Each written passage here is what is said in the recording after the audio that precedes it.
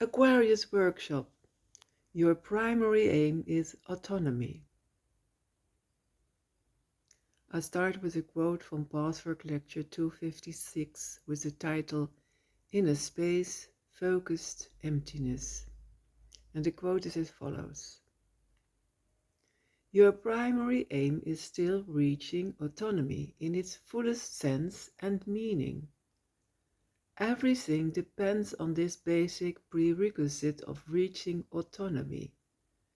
Your ability to respect yourself and discover your values. Your capacity for loving and finding the fulfillment you yearn for. You are fulfilling the spiritual task you have entered this earth for. Your experience of the living God within and around you. Your ability to be a true leader and to be a follower as well. And, last but not least, your ability to let go of the mind and find the inner space which is your real home and which alone can convey eternal life to you and thus remove all fears from you forever. End of quote from Pathwork Lecture 256. Unconsciously or semi-consciously, there is an aspect in each of us that longs to remain a child by longing for an authority that solves all problems. This immature part refuses to take self-responsibility, does not want to stand on his own 2 feet, does not wish to become emotionally independent, forget to investigate the truth, and it humbly refuses to bow to the divine self within, preferring to prioritize self-willed ego desires. This childish part feels weak, confused, worthless, dissatisfied, poor, and empty.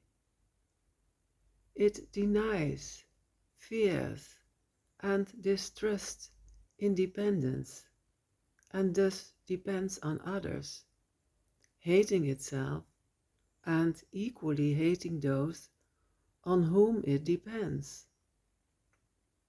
Becoming independent means giving up this dependence and growing towards self-responsibility, self-affirmation, and making decisions based on the truth in surrender to the true self. Self-reliance is an ever-growing process through which negative pleasure and distrust disappear. That's why really enjoying life and trusting life is only possible if we are independent. In this workshop we will explore with a loving curiosity, based on 3 themes from the Pathwork Lectures, how we can realize this goal of autonomy. The first theme, letting go of emotional dependence.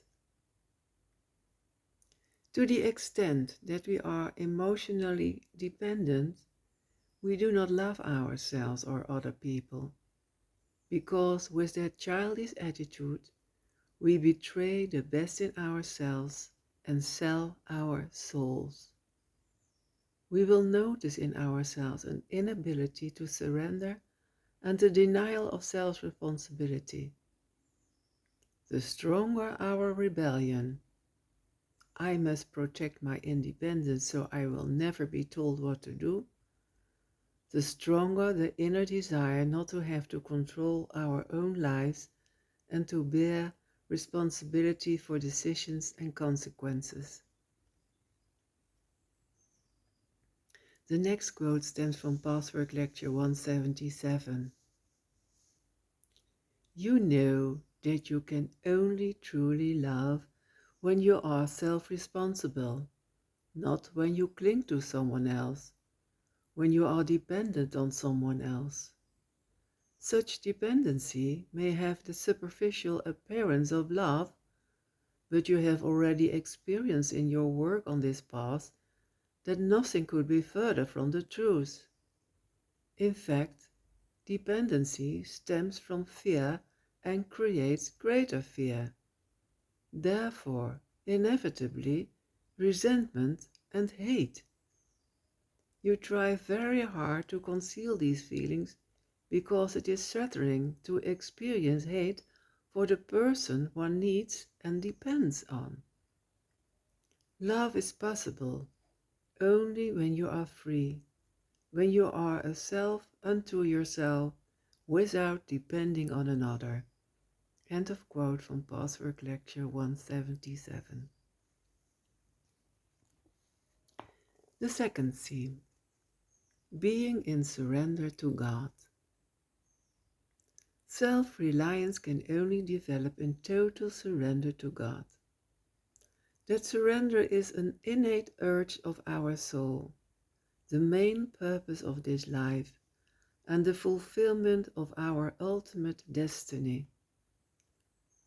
The resistance to surrender to God is the root cause of all the pain, suffering, anxiety, and dissatisfaction that arise precisely because we surrender to negative powers.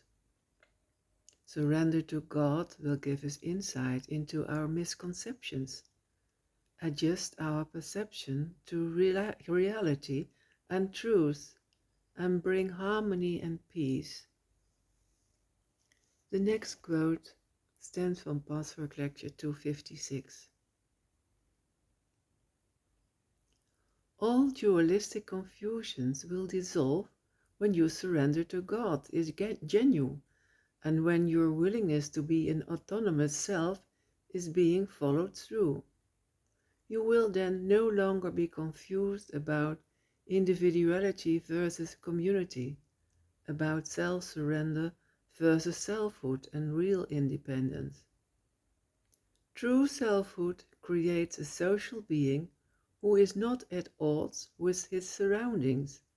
On the contrary, this kind of person is intimately connected with others and always contributes to them.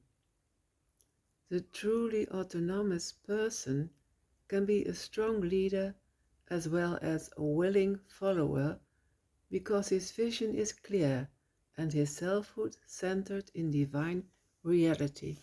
End of quote of Pathwork Lecture 256.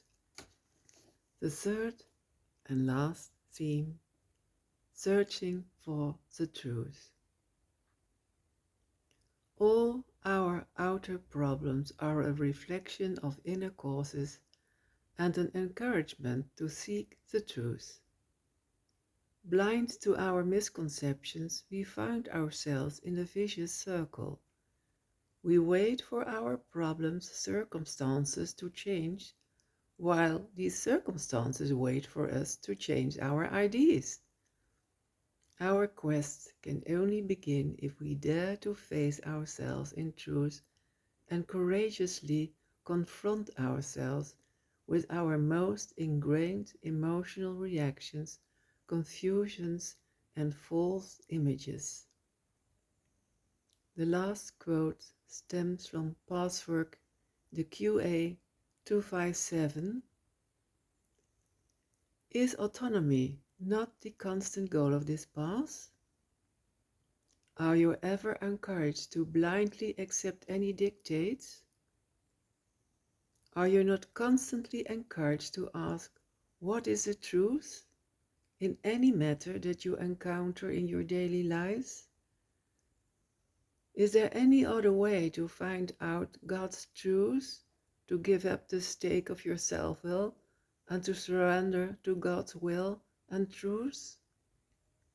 Is this not the only way you can establish self-reliance, integrity, autonomy, and your own channel to the divine? End of quote from Pathwork QA 257. More information you will find on my website. I wish you peace and all the best. Thank you.